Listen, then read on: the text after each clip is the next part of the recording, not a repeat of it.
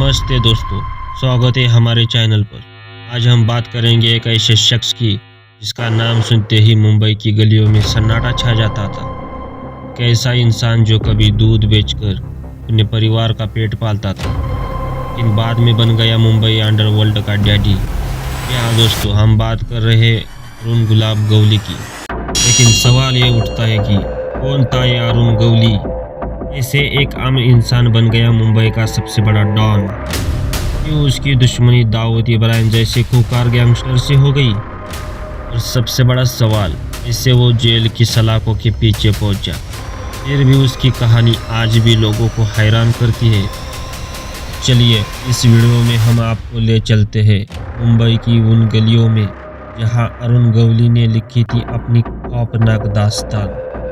इस कहानी में है क्राइम, पावर, पॉलिटिक्स और ढेर सारा ड्रामा। तो तैयार हो जाइए। और अगर आपको ये कहानी पसंद आए तो लाइक, शेयर और सब्सक्राइब करना ना भूलें। चलिए शुरू करते हैं।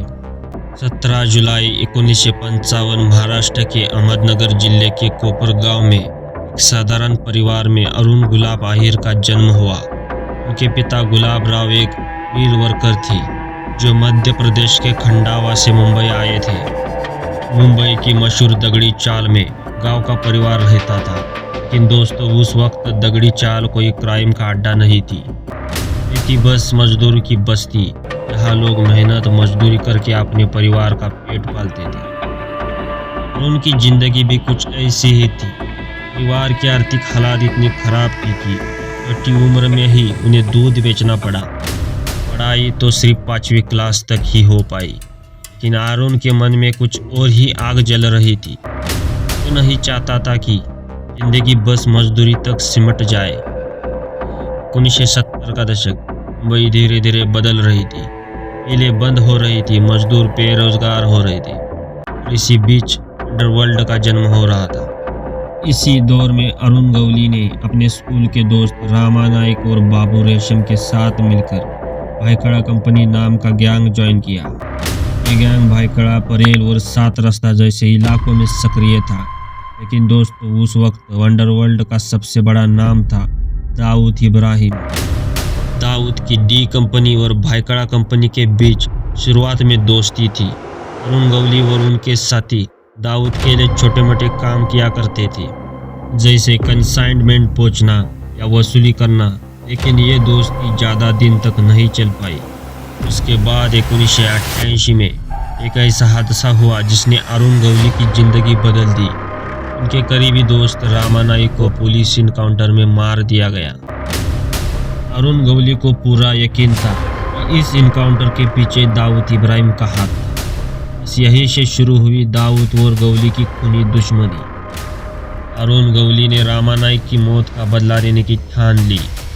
उन्होंने भाईखड़ा कंपनी को अपने कब्जे में लिया, दगड़ी चाल को अपना हेडक्वार्टर बना लिया। अब गवली का गैंग हफ्ता वसूली, सुपारी किलिंग और रंगदारी जैसे धंधों में उतर गया।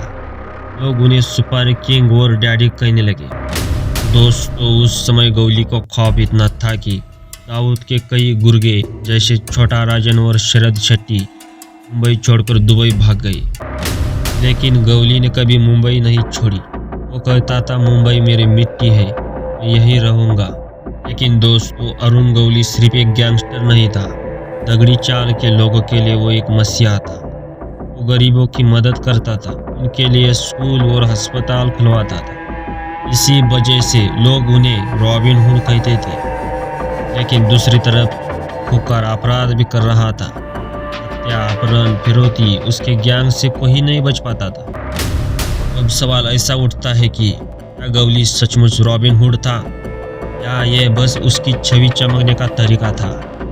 1990 का दशक आते आते गवली को लगा कि क्राइम की दुनिया में अब ज़्यादा वक्त नहीं बचा।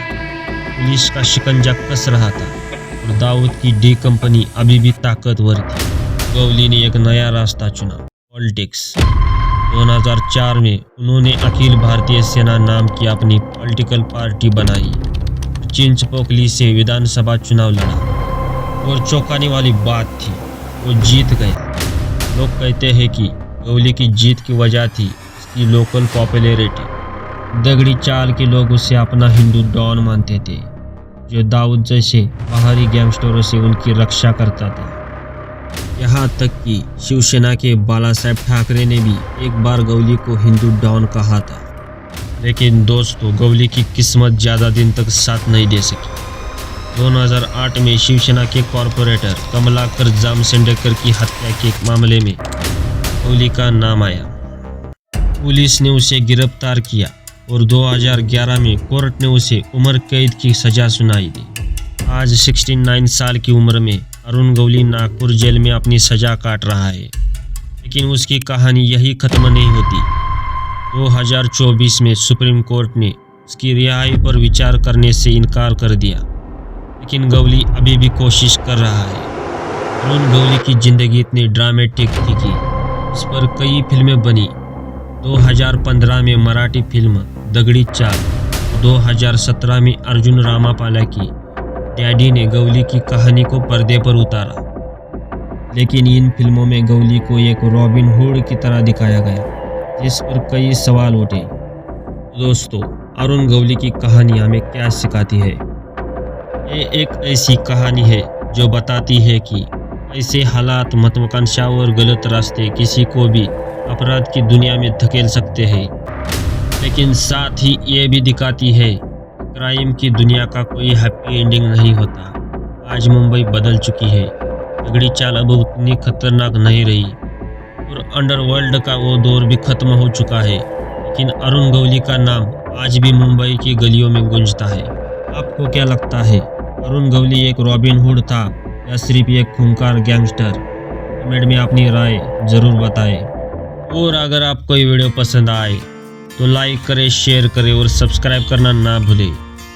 बेल आइकॉन दबाएं ताकि आपको हमारी हर नई वीडियो की नोटिफिकेशन मिले। मिलते हैं अगली वीडियो में। तब तक के लिए जय हिंद।